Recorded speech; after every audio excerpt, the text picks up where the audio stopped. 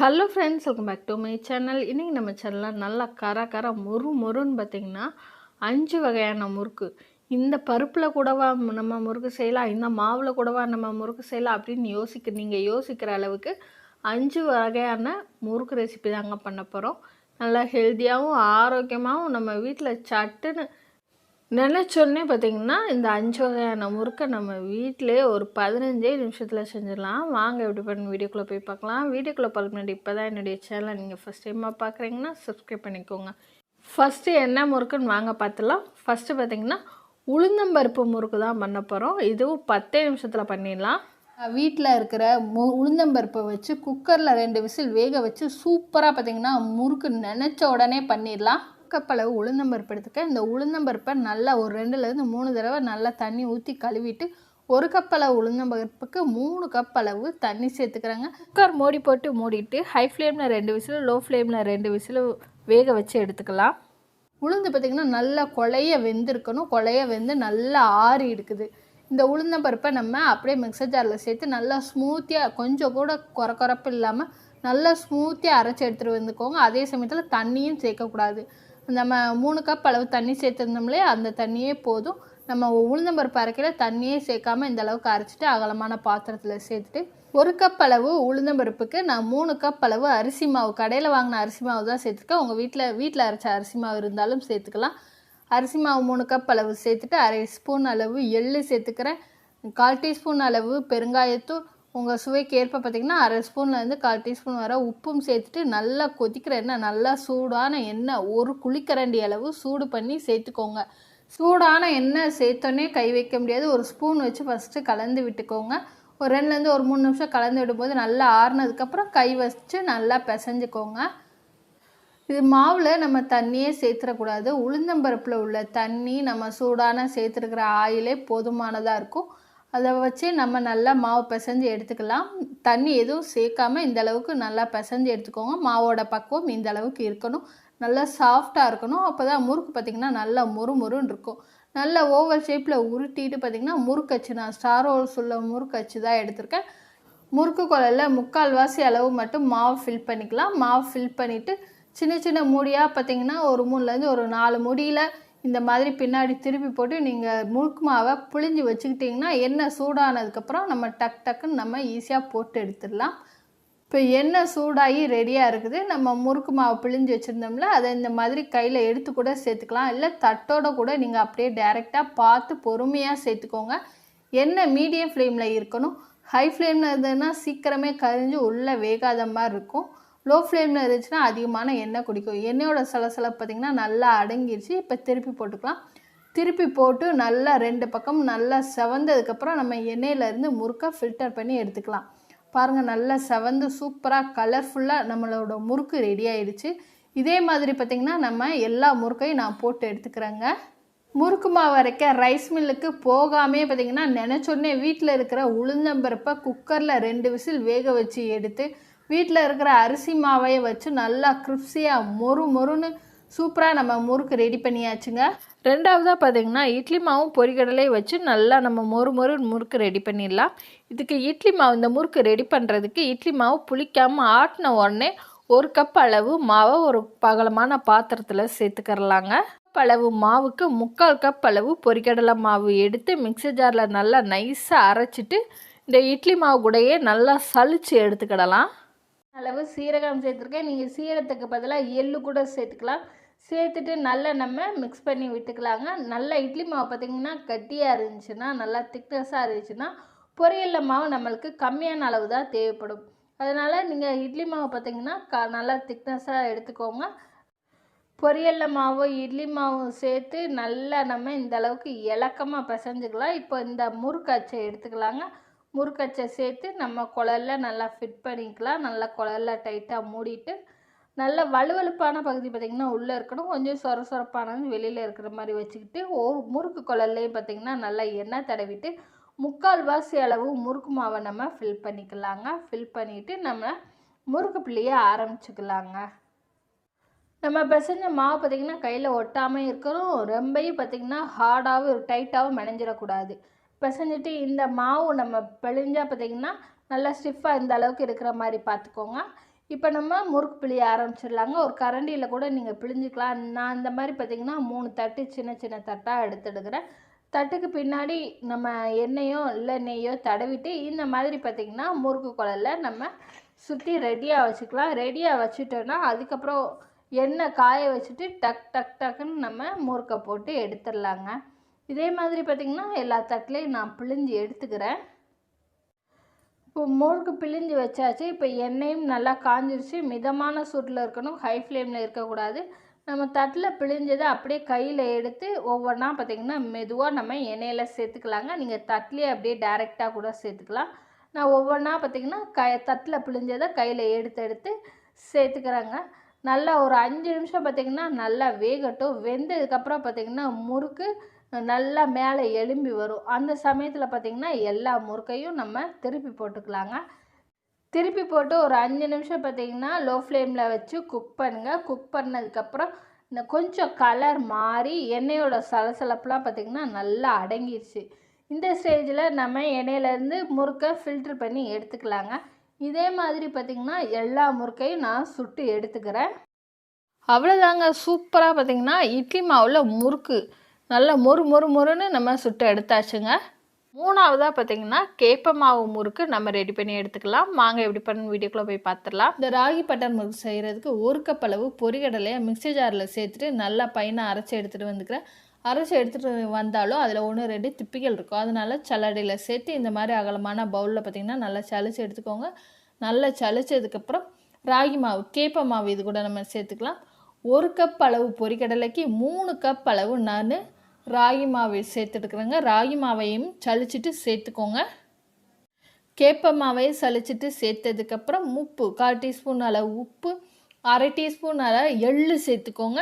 எள்ளு காரத்துக்கு தக்கன பார்த்திங்கன்னா மிளகாய் வத்தப்பொடி சேர்த்துக்கோங்க. தனி மிளகாய் தூள் சேர்த்துட்டு 1 குழிக்கரண்டி அளவு சூடான எண்ணெய், நம்ம பொரிக்கிறதுக்கு எண்ணெய் வச்சுருப்போம் இல்லையா, அந்த எண்ணெய் பார்த்திங்கன்னா 1 குழிக்கரண்டி அளவு சூடு பண்ணி சேர்த்துட்டு ஒரு 5 நிமிஷம் அப்படியே விட்டுருங்க. இப்போ கை வச்சு மிக்ஸ் பண்ண முடியாது. ஆறுனதுக்கப்புறம் ஒரு 5 நிமிஷம் ஆறுனதுக்கப்புறம் எள், உப்பு, இந்த வத்தப்பொடி, எண்ணெய் எல்லாமே சேர்ந்து இந்த ராகி மாவில் கலந்து வர்ற மாதிரி நல்லா கலந்து கொடுத்துட்டு கொஞ்சம் கொஞ்சமாக பார்த்திங்கன்னா தண்ணி சேர்த்துட்டு சப்பாத்தி மாவிட கொஞ்சம் இலக்கமாக பிசைஞ்சு எடுத்துக்கோங்க. கொஞ்சம் கொஞ்சமாக தண்ணி சேர்த்துக்கோங்க. மொத்தமாக சேர்த்துற வேணால் கொஞ்சம் கொஞ்சமாக தண்ணி சேர்த்துட்டு இந்த பக்குவத்துக்கு பிசைஞ்சு எடுத்துக்கோங்க.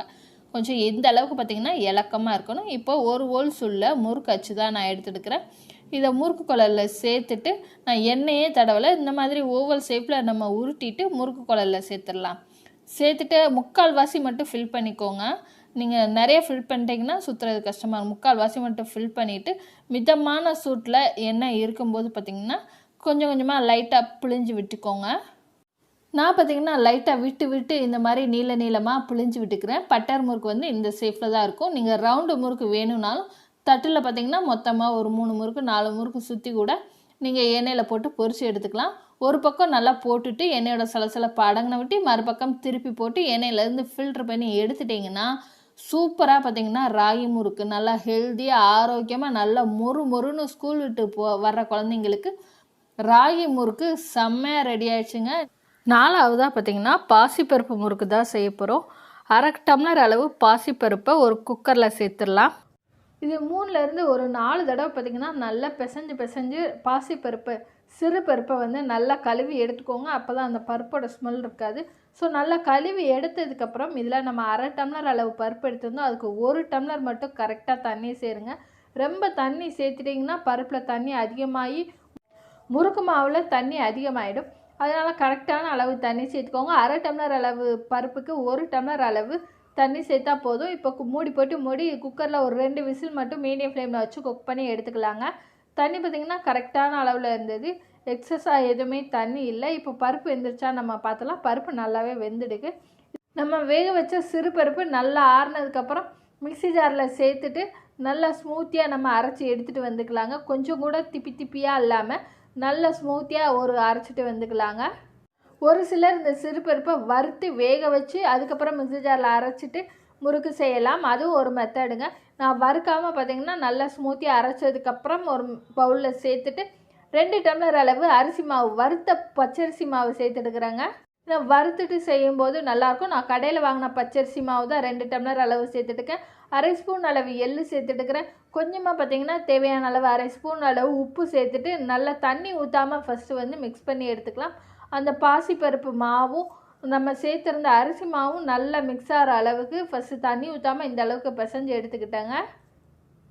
இந்த முறுக்கு மாவு கூட மிதமான சூட்டில் இருக்கிற 1 குழிக்கரண்டி அளவு ஆயில் சேர்த்துக்கிறேன். நீங்கள் ஆயிலுக்கு பதிலாக நெய், வெண்ணெய், டால்டா அந்த மாதிரி கூட சேர்த்துக்கலாம். ஆயில் சேர்த்துட்டு நல்லா ஆயிலும் எல்லா மாவுலையும் படுற மாதிரி நல்லா கலந்து விட்டுக்கிறேங்க. இப்போ கொஞ்சம் கொஞ்சமாக தண்ணி தெளித்து நம்ம சப்பாத்தி மாவோட கொஞ்சம் லூஸாக இந்த அளவுக்கு நல்லா பிசைஞ்சு எடுத்துக்கோங்க. ரொம்ப டைட்டாக இருக்கக்கூடாது. ரொம்ப டைட்டாக இருந்தாலும் முறுக்கு வந்து கடுக்கடுக்குன்னு இருக்கும். அதனால் இந்த மாதிரி லூஸாக நல்லா பிணைஞ்சிட்டு முறுக்கு தட்டுலையும் முறுக்கு குழல்லையும் நல்லா எண்ணெய் தடவிக்கோங்க. நான் 3 கண்ணு உள்ள முறுக்கு அச்சு தாங்க எடுத்துட்டுக்கிறேன். அடித்து எடுத்துகிட்டு இதிலையே பார்த்திங்கன்னா நம்ம ஓவல் ஷேப்பில் மாவை உருட்டிக்கலாங்க. உருட்டிட்டு 3/4 மட்டும் ஃபில் பண்ணிவிட்டு நம்ம முறுக்கு பிழிய ஆரம்பிச்சிடலாங்க. இந்த மாதிரி சின்ன சின்ன தட்டாக எடுத்துக்கோங்க. சின்ன சின்ன தட்டாக நீங்கள் புழிஞ்சு வச்சுக்கிட்டிங்கன்னா டக் டக்குன்னு எண்ணெய் காஞ்சோடனே போடுறதுக்கு ஈஸியாக இருக்கும். ஸோ நான் இந்த மாதிரி ஒரு தட்டும் ஒரு கண்ணு கரண்டிலையும் பார்த்திங்கன்னா புளிச்சு எடுத்துக்கிறேன். நான் சின்னதாக கடாய் வச்சுருக்கிறதுனால 2 முறுக்கு மட்டும் நான் நல்லா புளிஞ்சு எடுத்துக்கிறேங்க. இப்போ பார்த்திங்கன்னா கண்ணு கரண்டியில் இந்த மாதிரி நான் புளிஞ்சு எடுத்துக்கிறேன். முறுக்கு மாவு நல்லா சுற்றுறதுக்கு நல்லா ஸ்மூத்தியாக வருதுங்க. உடையாமல் சூப்பராக வருது பாருங்கள். இப்போ நம்ம புளிஞ்ச மாவை பார்த்திங்கன்னா எண்ணெயில் போட்டு எடுத்துக்கலாம். எண்ணெய் பார்த்திங்கன்னா ஒரு மிதமான சூட்டில் இருக்கணும். எண்ணெய் ரொம்ப ஓவராக சூடாக இருக்கும்போது நம்ம முறுக்கு சேர்க்கும்போது போட்ட உடனே பார்த்திங்கன்னா கருகிடும். ரொம்ப கம்மியான சூட்டில் எண்ணெய் இருக்கும்போது முறுக்கு வந்து எண்ணெய் குடிக்கிறோம். அதனால ஒரு மிதமான சூட்டில் இந்த மாதிரி முறுக்கை நம்ம பொரித்து எடுத்துக்கலாங்க. நல்லா பொன்னிறமாக செவந்து வந்தோடனே முறுக்கை ஃபில்ட்ரு பண்ணி எடுத்துக்கலாம். நான் பெரிய முறுக்காக பிழிஞ்சதுனால ஒரே ஒரு முறுக்கு மட்டும்தான் அந்த சின்ன கடாயில் போட முடிஞ்சது. ஸோ இதை நல்லா வெந்ததுக்கப்புறம் ஃபில்ட்ரு பண்ணி எடுத்ததுக்கப்புறம் சின்ன சின்ன முறுக்காக பார்த்திங்கன்னா நான் சுற்றி எடுத்து எண்ணெயில் போட்டு பொரித்து எடுத்துக்கிறேங்க. இந்த மாதிரி கொஞ்சம் சின்ன சைஸில் சுற்றி நான் போட்டு எடுத்துக்கிறேங்க. முறுக்கு சுடுறதுக்கு நீங்கள் பெரிய கடாயை வச்சு யூஸ் பண்ணுங்கள். பெரிய முறுக்காக வரும். ஸோ நான் இந்த மாதிரி குட்டி குட்டியாக போட்டு நான் நல்லா பொன்னிறமாக செவந்தோடனே நான் ஃபில்ட்ரு பண்ணி எடுத்துக்கிறேன். முறுக்கு உடையாமல் நல்லா கிரிப்ஸியாக மொறுன்னு பாசிப்பருப்பு முறுக்கு சூப்பராக ரெடி ஆகிடுச்சுங்க. 5வதாக பார்த்திங்கன்னா பச்சைப்பயிரில் முறுக்கு செய்ய போகிறோங்க. 1 டம்ளர் அளவு பச்சைப்பயிரை வெறுங்கடாயில் கலர் நல்லா மாறி வர்ற வரைக்கும் நல்லா வறுத்துக்கோங்க. இந்த அளவுக்கு பார்த்திங்கன்னா நல்லா கலர் மாறி வரணும்.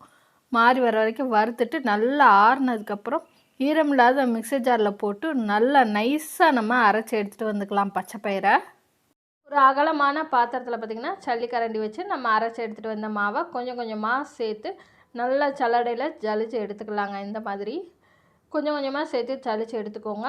பச்சைப்பயிரை சலிச்சதுக்கப்புறம் 1 கப் அளவு கடலை மாவு எடுத்திருக்கேன். கடலை மாவையும் பார்த்திங்கன்னா நல்லா சல்லடையில் சலிச்சுக்கிடலாம்.